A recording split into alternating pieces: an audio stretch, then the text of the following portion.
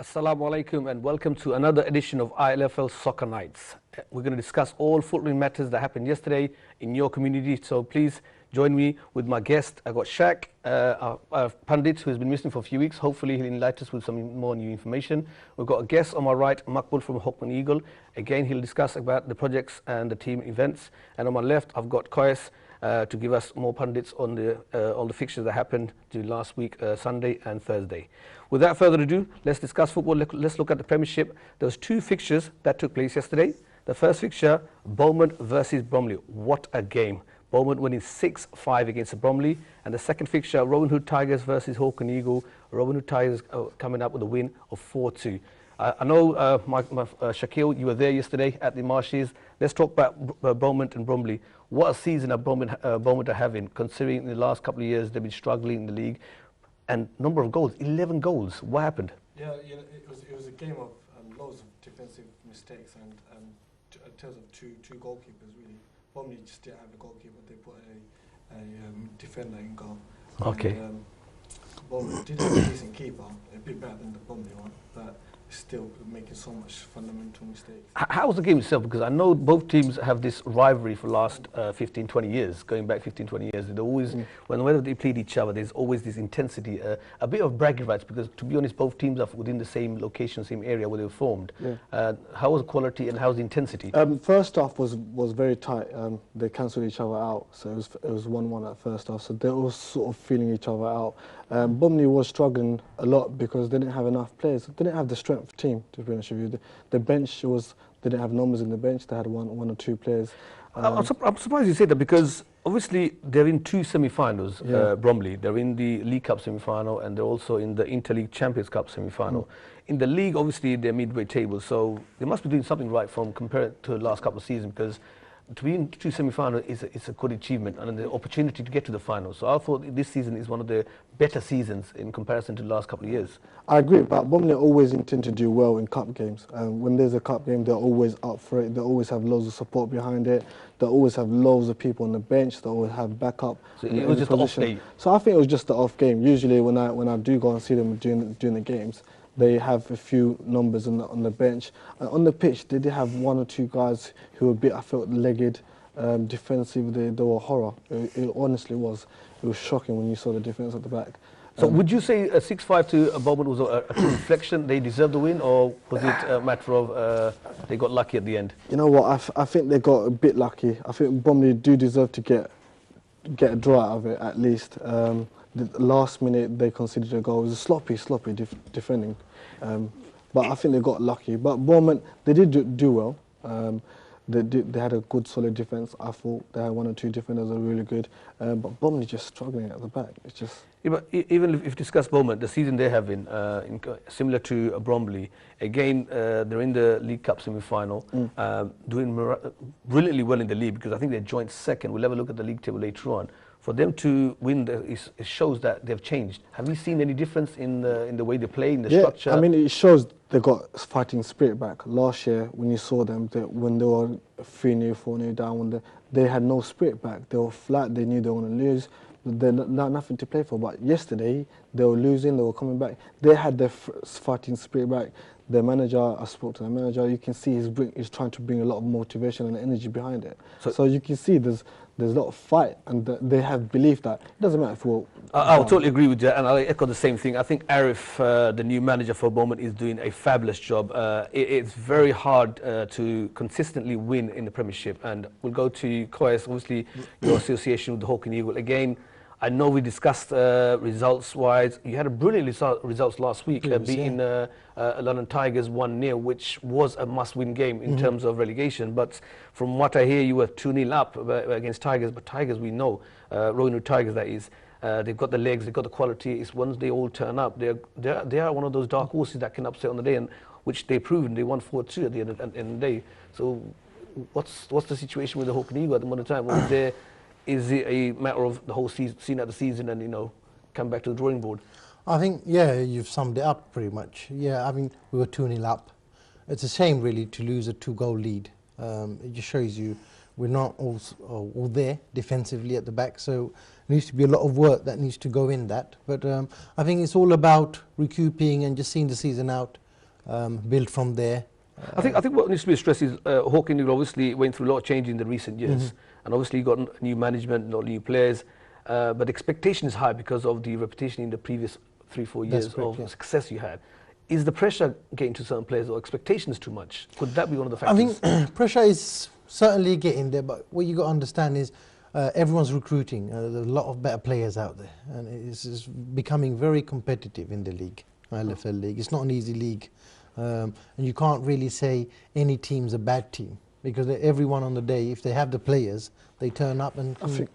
I think one of the problem is I go to what the Burnley game is. The keeper was a problem. And again, I was watching the game yesterday. The keeper is a problem. They just didn't have a good keeper. They just don't have a keeper at all. Again, like Bromley, they put a defender in goal, and that's what they did. Hawking Eagle did. From my point of view, and I've been in football for quite a long time, if you see a problem or you've highlighted a weak point, isn't it down to the management to look into it and obviously eradicate that problem, or invest or look at how to improve that problem? Yeah, you can't, because as we said that last few weeks, because teams at the bottom, it's not by chance, by luck or one-off game. It's based on how the season progressing on a long-term basis. So you know, is the team looking at those issues, or are they bypassing it and you know, not dealing with it? No, teams looking at that. I mean, the goalkeeper situation is tough because you only get good keepers coming in, and then there's a constant vacant position for keepers. Not just in our club. I think in every club, unless you have a good few. I mean, we've got 3-4 keepers, but whether they can turn up on the day and give it a good show, it's doubtful. Okay, let's move on to one of the remaining fixtures for the quarterfinal for the Interleague Champions Cup. Now, this match I was looking forward to. Unfortunately, I couldn't attend to watch the game. It was Reach Out versus Mylen. Now, Reach Out representing one of our teams from ILFL, a very good side, very good form, challenging for the title against obviously Mylen. Again, another successful team from Hackney Leighton League. It was a very tough game, and the results, unfortunately for us, Mylen won 1-0 against Reach Out, which means they now go into the semi-final. I know, Shakil, you were there as well. Did you manage to see the game itself? How you panned out? I watched the whole game. It's a shame that you Reach Out are now to be on time all the time, isn't it? They're coming on time. But yesterday, just from the start, they just didn't cope. They came in late. They recruited. They didn't even warm up properly. So Mylen took the advantage. They knew they were going to be late. They didn't have a warm up properly, so they catch them cold. What they did straight away, kick-off game, straight attack, catch them cold, and they conceded. It was a very unlike Reach Out, I must say. It was very unlike Reach Out. Normally they are a lovely footballing team, and both teams are. I love it. I know I saw Mylen last year, and they sort of recruited different players, and they've changed the team around a bit. But in fairness, Mylen, to be honest, right from the beginning, we did say they are one of the favourites to go through to at least to the final, and obviously they're meeting their requirement. Reach Out, to be honest, is one of our top teams from ILFL. The expectation was high, as you said, on that day. I'm not sure what happened, but obviously we always say, and echo this every week in and week out, is preparation is very important. If the team not prepared 100%, then it reflects on the results. Sometimes you can go against them, and obviously in the case it has.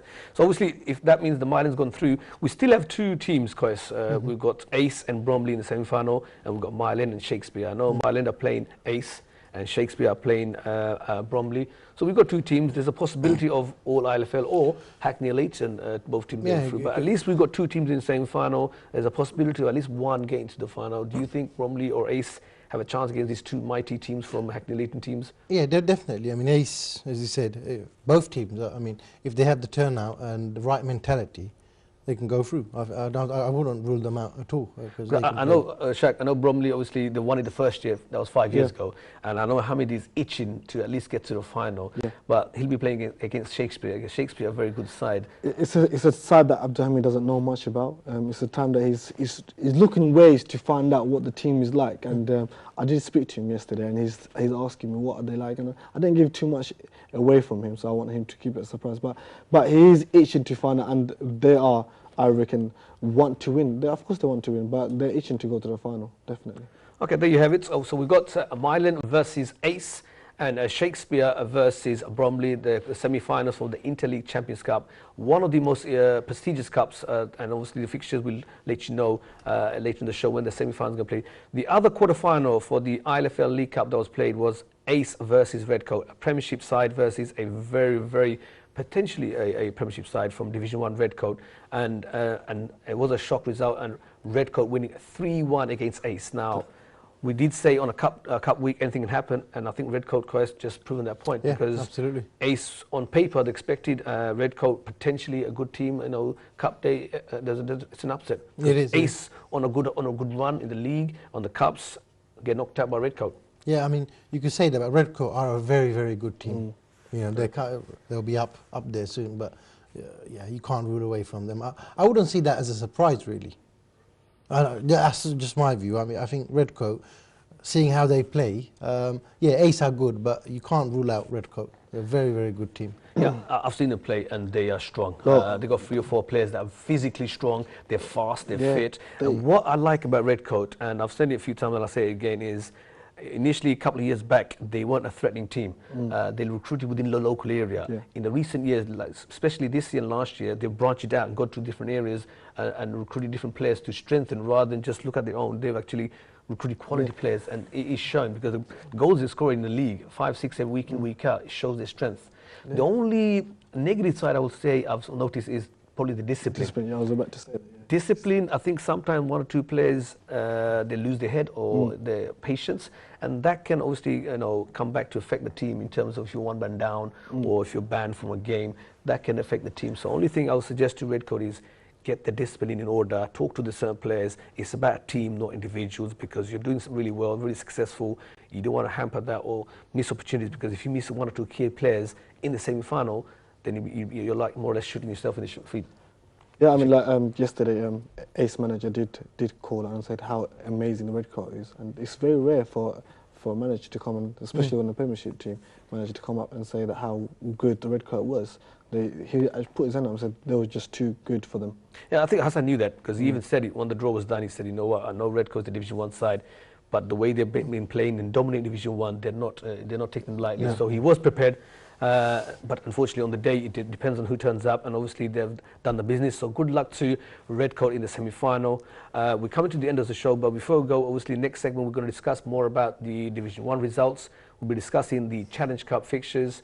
We'll be discussing about the UK BFC. There was an interesting meeting taking place in the weekend, and I can highlight and give you a bit more information. And also, we'll be discussing with my guest on my right, Makbul, about the projects Hawk and Eagle are doing more on a positive note for them. So don't go away. See you after the break on the other side.